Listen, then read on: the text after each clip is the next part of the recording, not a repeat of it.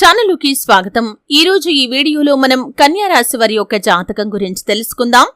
ముఖ్యంగా ఈ యొక్క కన్యా రాశి వారికి 2025వ సంవత్సరం ఫిబ్రవరి 12వ తేదీ బుధవారం రోజు వస్తున్నటువంటి వ్యాస పౌర్ణమి రోజు దినఫలాలు ఏ విధంగా ఉంటాయి?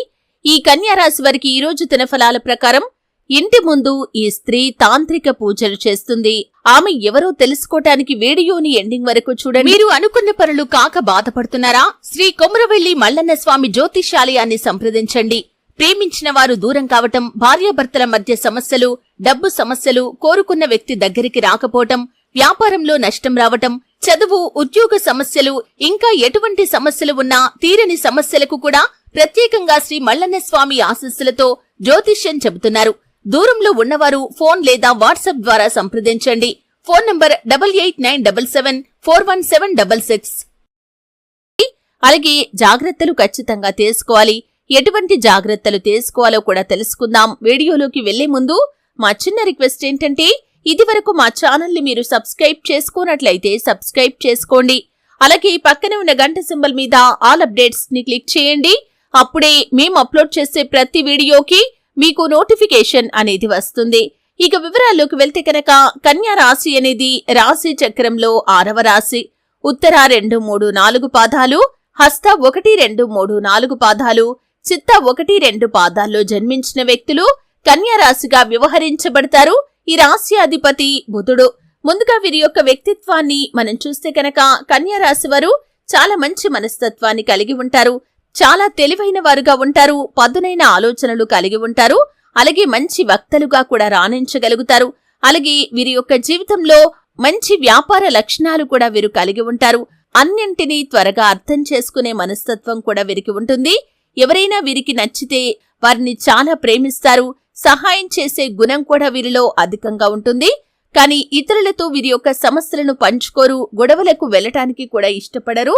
తమ విషయాలు ఏ విధంగా సీక్రెట్ గా ఉంచాలి అనుకుంటారో అదే విధంగా పక్కన వారి విషయాలు కూడా సీక్రెట్ గా ఉంచడానికి ఆసక్తిని కనబరుస్తూ ఉంటారు. అయితే ముఖ్యంగా ఈ యొక్క 2025వ సంవత్సరం ఫిబ్రవరి 12వ తేదీ బుధవారం రోజు వస్తున్నటువంటి వ్యాస పౌర్ణమి రోజు కన్యా రాశి వారి ఇంటి ముందు ఒక స్త్రీ తాంత్రిక పూజలు చేస్తుంది. జాగ్రత్తగా ఉండండి. అంటే మీ యొక్క కీడును కోరుకునే ఒక స్త్రీ మీ యొక్క లైఫ్ లో ఉన్నారు. మీరు పని చేసే చోట కానీ, మెరుగు పొరుగు వ్యక్తుల్లో కానీ, లేదా మీ యొక్క దూరపు బంధువుల్లో కానీ ఆ స్త్రీ ఉన్నారు. ఎప్పుడు కూడా మీ యొక్క నాశనాన్ని కోరుకుంటూ ఉంటారు. అది మీకు క్లియర్ గా వారి మాటల ద్వారా అర్థమవుతుంది కూడా. మీరు ఏదైనా సాధిస్తే తట్టుకోలేరు. మీపైన ఈర్ష్యను, కుళ్ళును కలిగి ఉంటారు. అలాగే మీ వెనకాల మీ గురించి చెడుగా చెబుతూ ఉంటారు. అలాగే మీ యొక్క జీవితంలో ఎప్పుడు కూడా కష్టాలు, బాధలు మీకు రావాలని కోరుకుంటారు. సమస్యలను సృష్టించడానికి ఎప్పుడు కూడా ప్రయత్నం చేస్తూనే ఉంటారు. అంటే ఈ విషయాన్ని మీరు ఖచ్చితంగా కొన్నిసార్లు గమనించే ఉంటారు.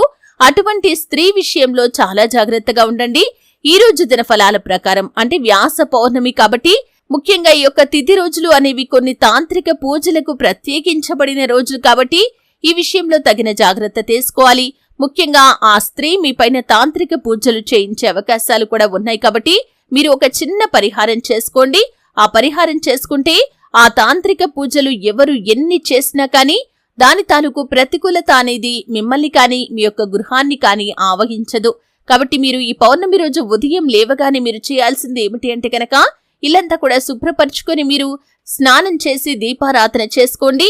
ఒక ఎరుపు రంగు వస్త్రంలో 4 లవంగాలు వేసి చిన్నగా, అంటే చిన్న వస్త్రం అండి, మూటలాగా కట్టేసి, ఎవరికీ కనిపించనంతైనా పర్వాలేదండి, పెద్దగా కట్టాల్సిన పని లేదు.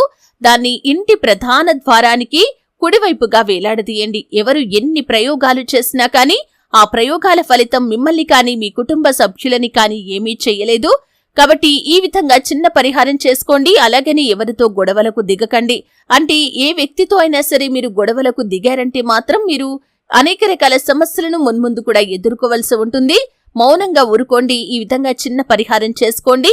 అలాగే తాంత్రిక పూజలకి ఉపయోగించే వస్తువులు మీ యొక్క ఇంటి వాకిట్లో కానీ ఏవైనా కనిపిస్తే కర్ర సహాయంతో వాటిని బయట పారవేసి చక్కగా వాకిలి శుభ్రం చేసుకోండి. ఇంట్లోకి వచ్చేసి కాళ్ళు చేతులు శుభ్రంగా కడుక్కోండి.